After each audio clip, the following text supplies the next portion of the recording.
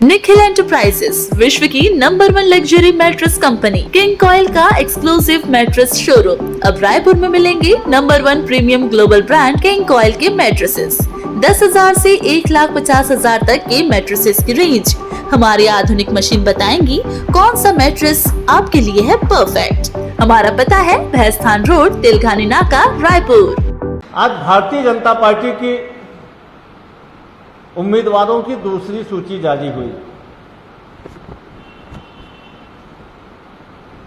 जिन नामों को कुछ दिन पहले एक वायरल सूची आई थी, लगभग सारे के सारे वही नाम भारतीय जनता पार्टी की अधिकृत सूची में हैं।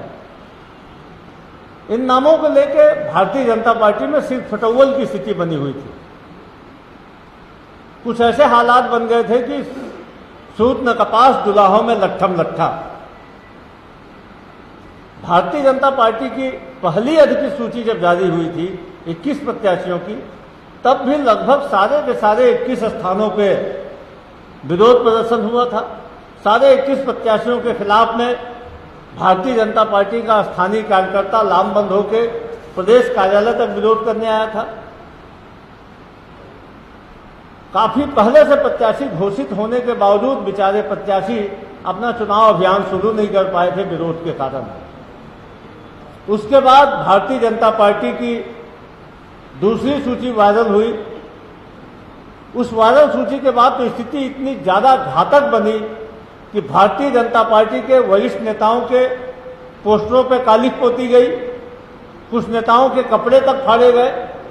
भारतीय जनता पार्टी के प्रदेश अध्यक्ष को कांच बंद करके कार्यकर्ताओं का विरोध के कारण भागना पड़ा। यही नहीं, मनसुख मंडाविया जो उनके चुनाव अभियान के प्रभारी हैं, उन्हें यह कहना पड़ा कि बहुत ही दुखद स्थिति है। भारतीय जनता पार्टी के कार्यालय में तोड़फोड़ विरोध की स्थिति उनकी वायरल सूची के बाद जारी हुई थी। लेकिन उसके बावजूद भी भारतीय जनता पार्टी ने उन्हीं सारे लोगों को प्रत्याशी बनाया। भारतीय जनता पार्टी की सूची जारी होने के बाद एक चीज तो साफ हो गया कि भाजपा की सूची में सारे के सारे घिसे पिटे और पूरी तरीके से जनता द्वारा नकारे गए चेहरे हैं।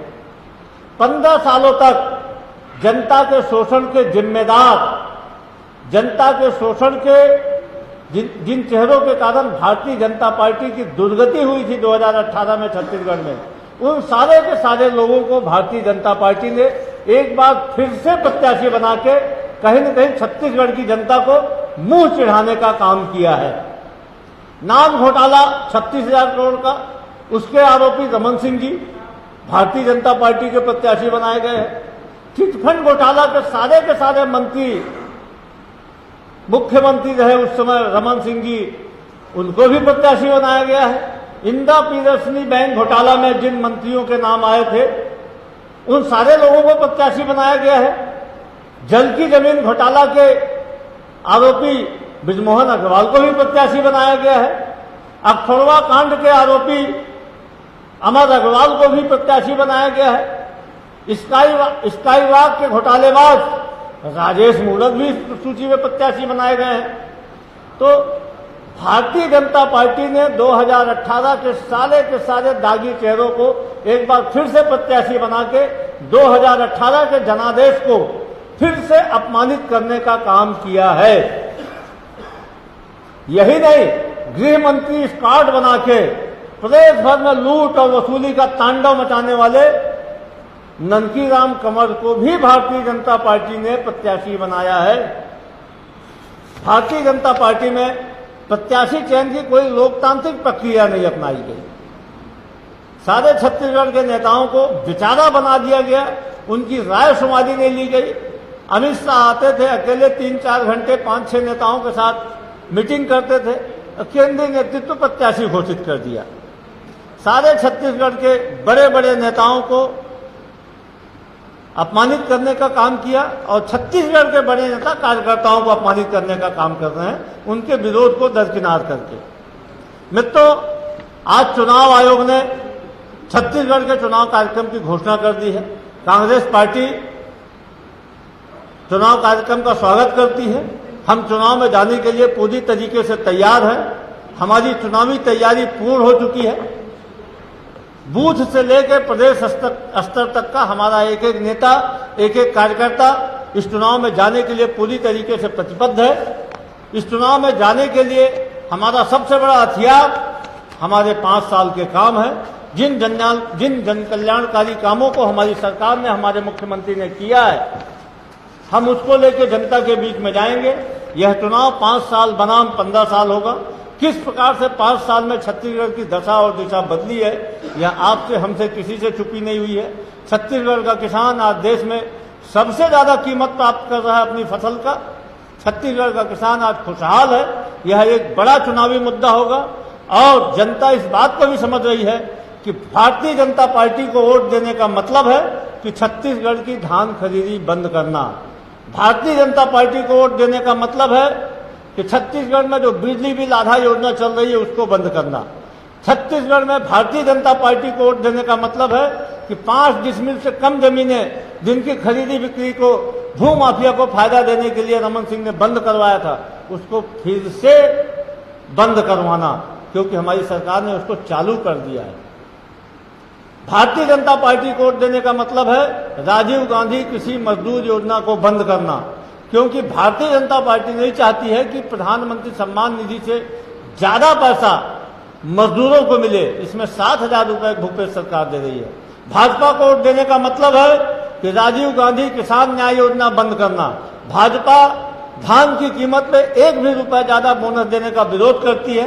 उनके प्रधानमंत्री राज्य को धमकाते हैं। ऐसे में एक भारतीय जनता पार्टी को वोट दिया जाता है, मतलब राजीव गांधी किसान न्याय योजना को बंद करना। भारतीय जनता पार्टी को वोट देने का मतलब है सिंचाई के बांध और सड़कों पर फिर भारतीय जनता पार्टी के नेताओं को, उनके परिजनों को कब्जा करने का अवसर देना। भारतीय जनता पार्टी को वोट देने का मतलब है कि चिट फंड घोटालेबाजों को बुला के फिर से छत्तीसगढ़ के गरीबों को लुटवाने का मौका देना। भारतीय जनता पार्टी को वोट देने का मतलब है कि 10,000 से अधिक गौठानों को बंद करके फिर से आरएसएस और भारतीय जनता पार्टी के हाथों में गौशालाओं को सौंपना, जिसमें 1667 करोड़ का घोटाला इन्होंने किया था। भाजपा को वोट देने का मतलब है 13,800 युवाओं के राजीव युवा मितान क्लब को बंद करना, क्योंकि भारतीय जनता पार्टी राजीव युवा मितान क्लब के कॉन्सेप्ट का विरोध करती है। मित्रों, भारतीय जनता पार्टी को वोट देने का मतलब है छत्तीसगढ़ की संस्कृति, अस्मिता, तीज त्योहार, परंपराओं को फिर से पीछे धकेलना। इसीलिए हमें पूरा भरोसा है कि छत्तीसगढ़ की जनता भारतीय जनता पार्टी को वोट नहीं देगी। धन्यवाद। यदि आप सबकी तरफ से कोई सवाल हो तो स्वागत है।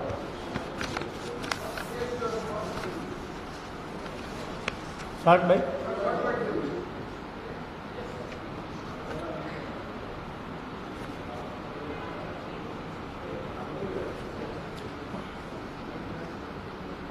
साथियों, आज भारतीय जनता पार्टी की दूसरी सूची जारी हुई है। इस सूची में वही नाम है जो कुछ दिनों पहले वायरल सूची में नाम आए थे, जिन नामों को आने के बाद भारतीय जनता पार्टी में सीट फटौवल की स्थिति मची हुई थी। भारतीय जनता पार्टी के कार्यकर्ता बड़े नेताओं के कपड़े फाड़ रहे थे, बड़े नेताओं के पोस्टर में कालिख पोती जा रही थी, भारतीय जनता पार्टी के कार्यालय में नारेबाजी की जा रही थी। अंततः कार्यकर्ताओं के मनोभावों को दरकिनार करके भारतीय जनता पार्टी ने अपने उन्हीं दागी चेहरों को फिर से प्रत्याशी बनाया है, जिनके कारण भारतीय जनता पार्टी की 2018 में दुर्गति हुई थी। नान घोटाला के आरोपी, झलकी के आरोपी, चिटफंड घोटाला के आरोपी, इंदिरा प्रियदर्शनी बैंक घोटाला के आरोपी, स्काई वॉक घोटाला के आरोपी, किसी को भी नहीं छोड़ा गया है। भारतीय जनता पार्टी ने सारे घोटालेबाजों को एक बार फिर से प्रत्याशी बनाया है। जनता भारतीय जनता पार्टी के इस चरित्र को समझ रही है। भारतीय जनता पार्टी ने इन घोटालेबाजों को प्रत्याशी बना के एक बार फिर से 2018 के जनादेश को अपमानित करने का काम किया है, क्योंकि सारे के सारे लोगों को जनता ने 2018 में नकारा था। एसएन मोटर्स यूज्ड कार के सेल परचेज का वन स्टॉप सॉल्यूशन। हमारे यहाँ आपको मिलेगी BMW, मर्सिडीज, ऑडी, जैगवार समेत सभी लग्जरी कार्स की विशाल रेंज। कम कीमतों पर हम करते हैं आपका लग्जरी कार लेने का सपना पूरा। आज ही आए और न्यूनतम डाउन पेमेंट देकर ले जाए अपनी मनपसंद गाड़ी। हमारा पता है SN Motors near Pandit Ravishankar university, आमनाका, Raipur.